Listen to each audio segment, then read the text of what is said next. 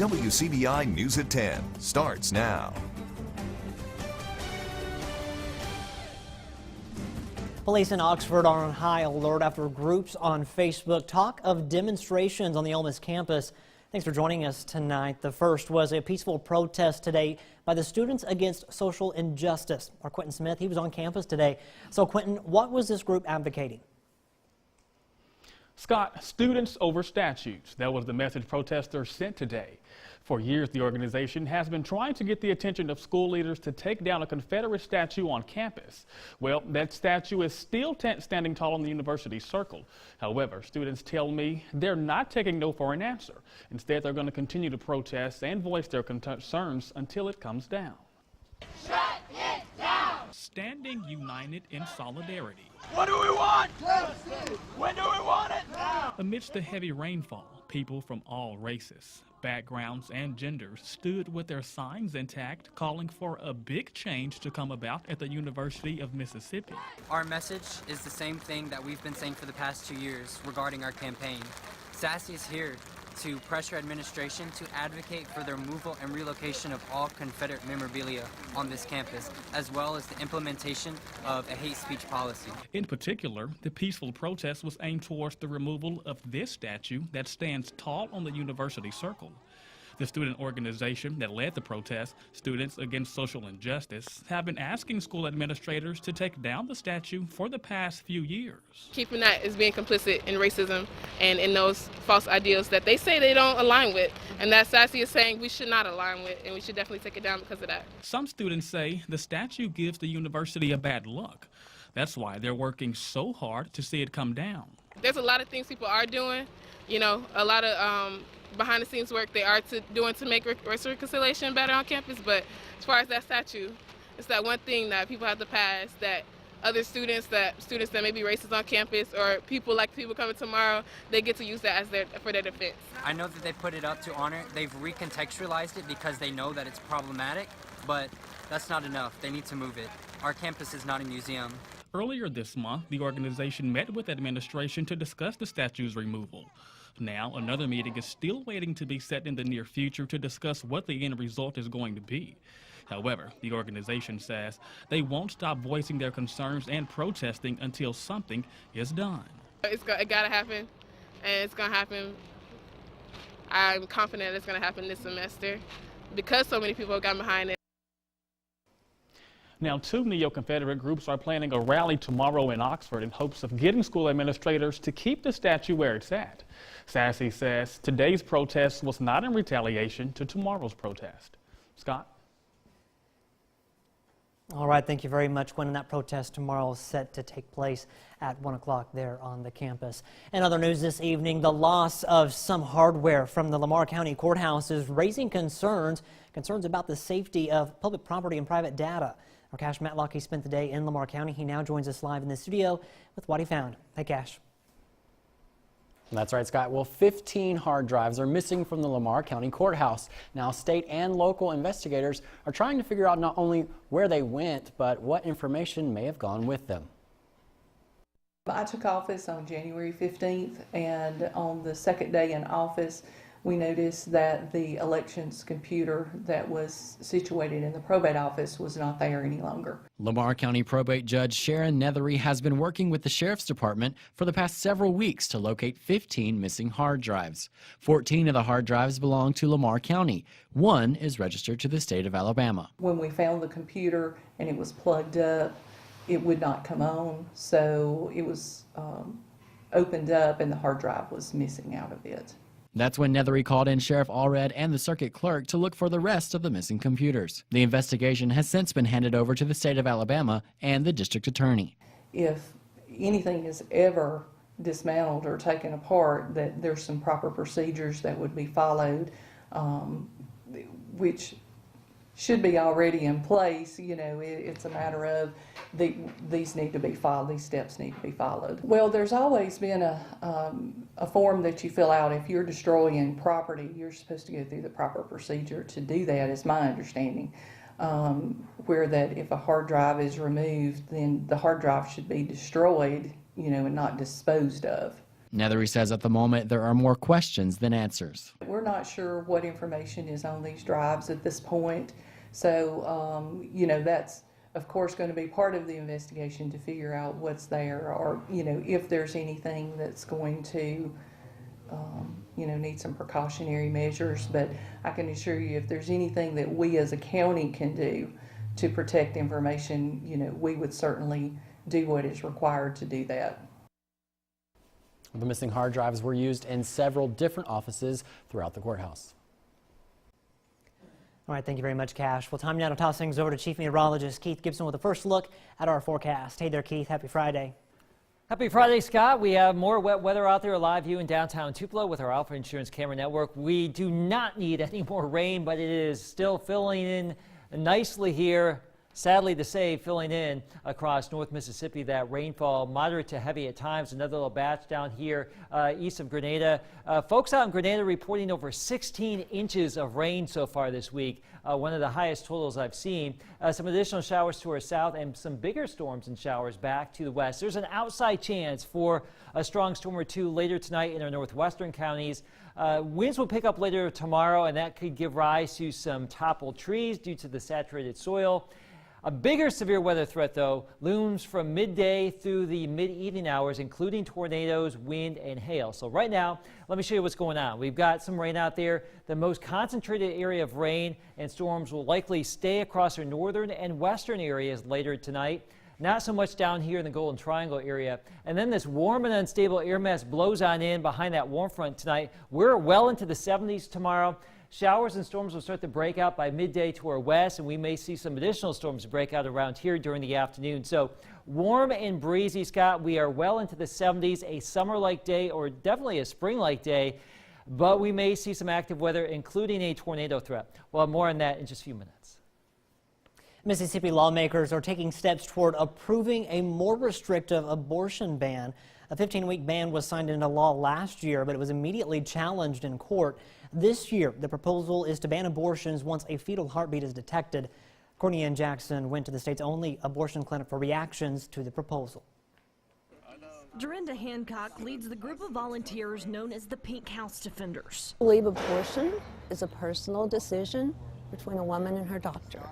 I've had 2 abortions many years ago, and that was my right. That was my right to choose. I do not want to see young women be forced into motherhood. The group says the proposed heartbeat bills are the legislature's attempt to make the South an abortion desert. Forget the Constitution. They're legislating from a religious standpoint. Most days, there are more than just the clinic escorts outside the fence. These folks in the pink shirts call themselves sidewalk counselors, their shirts reading Trained Women's Advocate. But they are on the other side of the issue. They're pro-life. When women are in a crisis pregnancy, all they can see is the crisis, and they want to end it right then. They can't see outside of their crisis that it is a child, that they're going to have regret, and that they need help.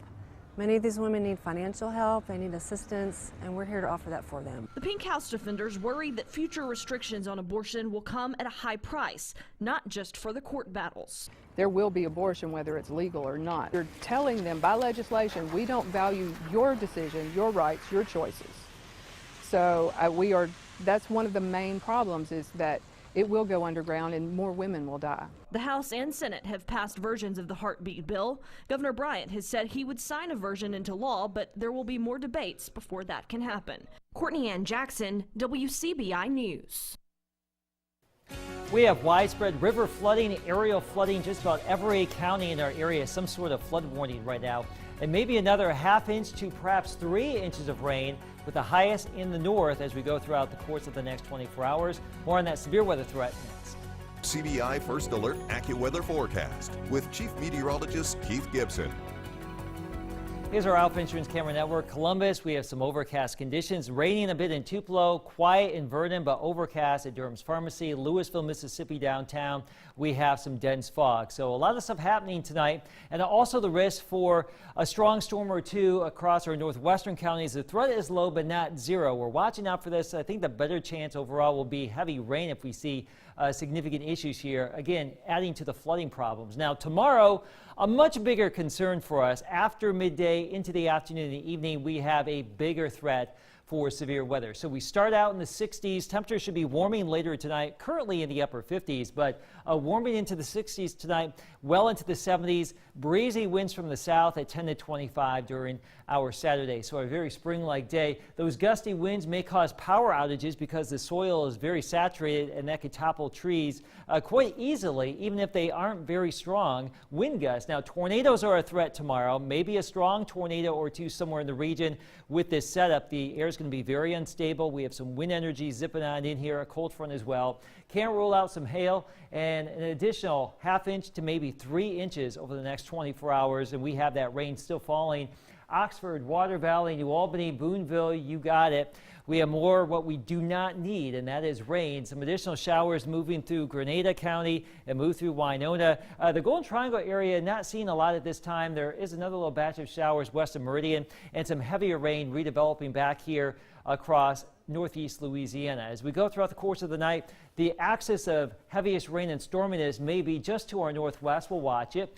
But we have a frontal boundary just off to our south. We are in the mid and upper 50s here. You get south of I-20, we've got 60s and 70s. It was 86 degrees, I believe, today in Montgomery, Alabama. So we have a dynamic setup here in the atmosphere. Wet weather right now. The energy that will kick off this severe weather threat later tonight and tomorrow, really for us tomorrow, is back across the four corners. So let's go through the forecast here.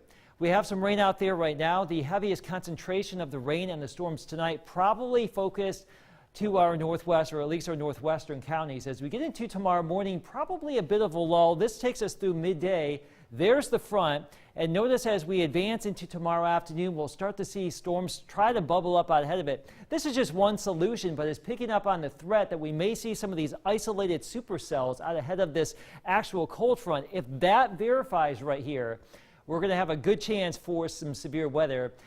We will have severe weather regardless with this cold front, it looks like, as those storms move on through, but those individual storm cells out ahead of the main line are always the ones we have to watch out for, that better tornado potential before high pressure comes on in for Sunday and clears us out and gives us some nice weather here. So here's your AccuWeather 7-day forecast. Very active tomorrow. Stay weather aware, multiple ways of getting watch and warning information. Make sure your weather radios are ready to go and your cell phones are charged tonight and tomorrow. But we'll clear all of this out for Sunday and Monday. Highs around 60. It's looking great. The rivers will gradually recede next week, Scott, but things will be very nice after tomorrow. Just got to get through one more day. All right, thanks, Keith. Well, one man's memories become a mission to remember fallen warriors.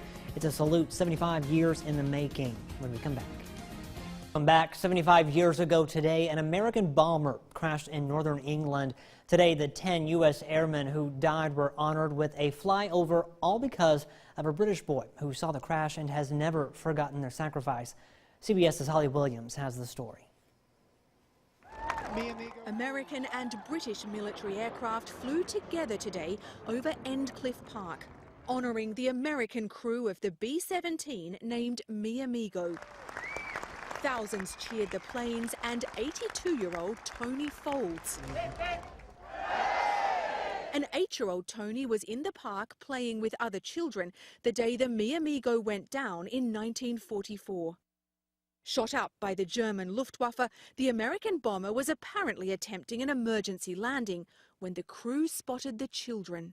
If I hadn't been on the park, they could have landed on the park. The B-17 veered and crashed into nearby trees. Tony's convinced the crew sacrificed their lives to save the children. He told CBS News last month that he feels responsible and visits a memorial at the crash site nearly every day. Today, an extraordinary act of selflessness was finally given the recognition it deserves. Thank you. I can't believe all this. This is unbelievable to me. Holly Williams, CBS News, London. Unbelievable, the exact word I was thinking. Well, Mississippi State escaped the rain to hit the diamond. Highlights from the extra inning matchup against Southern Miss coming up next in sports. WCBI Sports with Courtney Robb. Only one day off, and Mississippi State is back on the diamond for a 3-game series against Southern Miss. Let's get to the game. The Bulldogs and the Eagles both looking for some in-state bragging rights. We'll head to the top of the 5th. 2 outs, Ethan Small makes it 3 as he strikes out Lynch looking. Small would finish with 13 strikeouts for the day. Now to the top of the 7th. Small working on a no-no. Guidry takes one to deep left center, but a diving catch by Rowdy Jordan keeps the no-no alive. And now we'll head to the top of the 10th. Extras, Tristan Barlow pitching for the Dogs. Runners on base for the Eagles, and Fisher singles up the middle. Scoring, Blaylock for USM. Lynch advances to second but gets in a pickle, and he'd be called out. And that would do it for the game. State is unable to match that run. They lose in 10 innings to USM. The final 1, Mississippi State 0. Game 2 is actually set tomorrow to start. The time was moved up from 2 to noon. I mean, that was the best I've seen him right there. Just, velo, stuff, hitting spots, changing his rhythm. He was, man, it was a Friday night ace. I hate that we don't get the win for him because he pitched so well. The quest for a state title continues on. New Hope taking on New Albany, starting off hot. It's the Trojans. Amani Harris driving inside, gets right to the bucket, and the shot's going to be good. New Hope with a 4-2 lead. The Bulldogs answer quick off the turnover, gets quick out in transition and gets the ball right to the rim. It would cut the lead 4-2. But the Trojans not holding back in this one. Anna Prince feeds it inside to Jaquela Sherrod. She gets the layup to extend the lead for New Hope.